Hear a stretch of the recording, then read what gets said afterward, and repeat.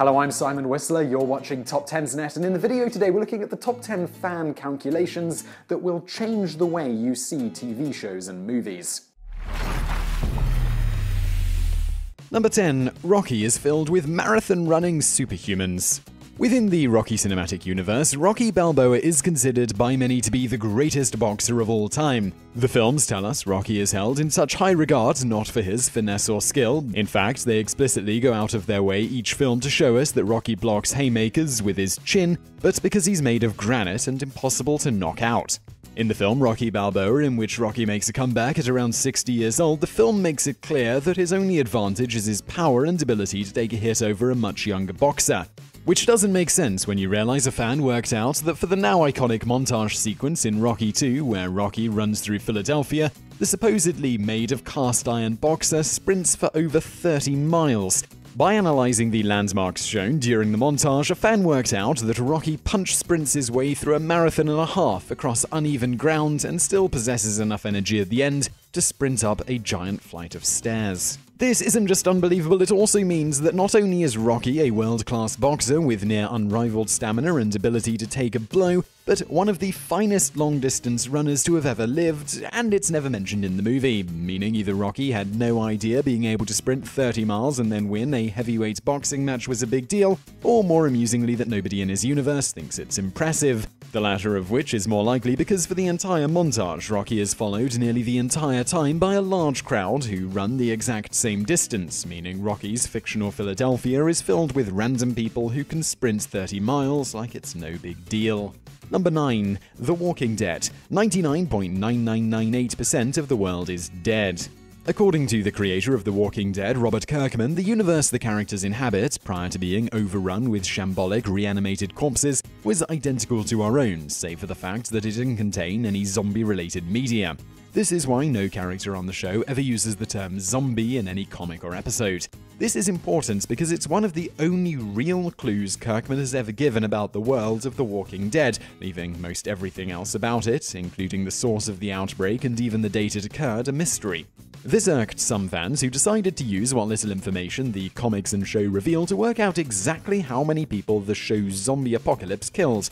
One fan in particular, Matt Lieberman, scoured TWD media. Through searching the background shots with calendars and noting clothing styles and technology used by the characters, he discovered that the zombie outbreak likely occurred sometime in January 2012. By taking the global population from this time, and a quote from Kirkman saying that zombies outnumber humans 5,000 to 1 when the outbreak went global, he was able to discern that only 1.4 million people survived the initial outbreak globally. When you take into account that 70% of the characters in The Walking Dead died during the series in a country filled with guns, Lieberman additionally calculated that if you extrapolate these figures globally, by the start of the 7th season, only about 400,000 people are still alive. That's roughly 0.0002% of the world's population. Number 8. Chandler Bing is obscenely wealthy.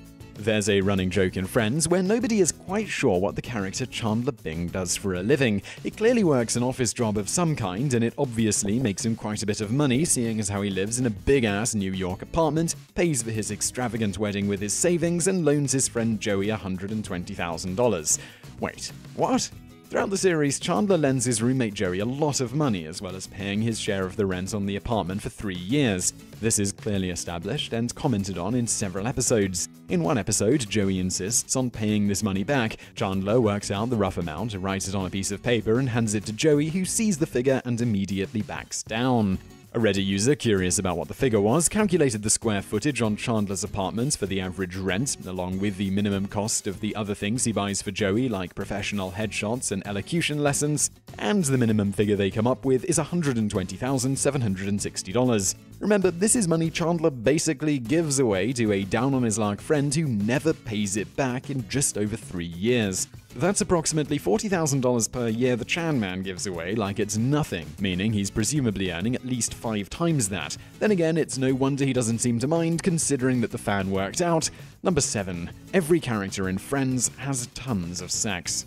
The average number of sexual partners a person will have in their lifetime is a figure that's difficult to pin down, with various sources claiming that the number can be anywhere between 4 and 8 for women and 7 and 11 for men. This said, most sources agree that around 10 is a safe estimate for most of the population over their lifetime. Every character in Friends blows this figure out of the water. Between the group of 6, a Reddit user, it seems to always be a Reddit user who calculates this sort of stuff, has figured out that they have approximately 138 combined different sexual partners. That's more than 20 each, doubling the top end of the national average. While Joey and Phoebe make up the bulk of this data, accounting for 51 and 32 occasions of being joined at the hip respectively, even Chandler, a character who is married for 5 seasons, still manages to have sex with 11 partners. Ross, on the other hand, a total jerk who treats women like crap, manages to convince 14 women to do the horizontal hug with him. Just think about that for a second. In the Friends universe, Ross has convinced more people to have sex with him in 4 years than 90% of the people watching this will in their entire life. Number 6. Harry Potter couldn't afford a London flat with his vault full of gold. Throughout the Harry Potter series, a rare mentioned plot point is that the eponymous Harry has a giant vault filled to the brim with big gold coins. Despite having enough cheddar to fund endless magical cocaine and hooker parties, Potter never once decides to use the money to splurge and buy magical supplies that could help defeat Wizard Hitler. This may have something to do with the fact that in reality, Harry barely has enough money to afford a crappy one-bedroom flat. You see, although the galleons in Harry Potter are described as being made of gold, according to J.K. Rowling, they're only worth about $7 each. A fan took this information as well as a screenshot from the first film showing the vault. The films were all overseen by Rowling herself to work out how much money the boy wizard actually inherited from his parents. The answer, about £250,000. This sounds like a lot until you realize that in the UK, this amount of money would be barely enough for Harry to buy himself a half-decent London flat. If you're thinking, maybe the money is worth more in the wizarding world, so he's probably still considered fairly rich. Remember that in the books, Harry notes that even if he emptied his entire vault, it still wouldn't be enough to buy a good firebolt, which could be likened to the wizarding world equivalent of a fancy sports car. So in other words, Harry, the savior of the wizarding race, barely had enough money to buy himself a second-hand Ferrari after killing Wizard Hitler and watching the only living relative he liked die. And hey, speaking of fictional net worth, number 5, The Simpsons live better than you. For most of the show's run, the Simpsons family has been portrayed as an average, lower-middle-class American family. Numerous jokes have been made in various episodes that the family is, if not poor, at the very least struggling financially most of the time, with Marge once claiming to feed the entire Simpson family on $12 a week, which is unusual seeing as Homer earns a fairly decent wage and the house they live in is massive. The average wage of a nuclear safety technician, Homer's job for most episodes, is about $82,000, or about $30,000 more than the average American family earns, which, among other things, explains how the family basically trekked the entire globe during the series. However, the most ridiculous thing the Simpsons own is their house. Again, the Simpson home is often shown as being in a state of poor repair, but even so, it's almost big enough to be considered a mini-mansion. The house contains at least 4 bedrooms, several bathrooms, a kitchen, a dining room, a living room, a rumpus room, a sitting room, a sauna, and enough lawn space to build an Olympic-sized tennis court. The house has variously been estimated to be worth about $300,000, double that of the average American home, with at least 3 times as much space. Number 4, Jim from The Office wastes most people's savings being an awful colleague. While the American version of The Office has been praised by critics and fans for many reasons over the years, arguably one of the show's most popular elements is the relationship between the characters Jim Halpert, played by John Krasinski, and Dwight Schrute, played by Rainn Wilson. Most of the characters' interactions revolve around the various pranks played by Jim, which vary in their scope and complexity from simple pranks involving putting his stapler in some jello to learning Morse code.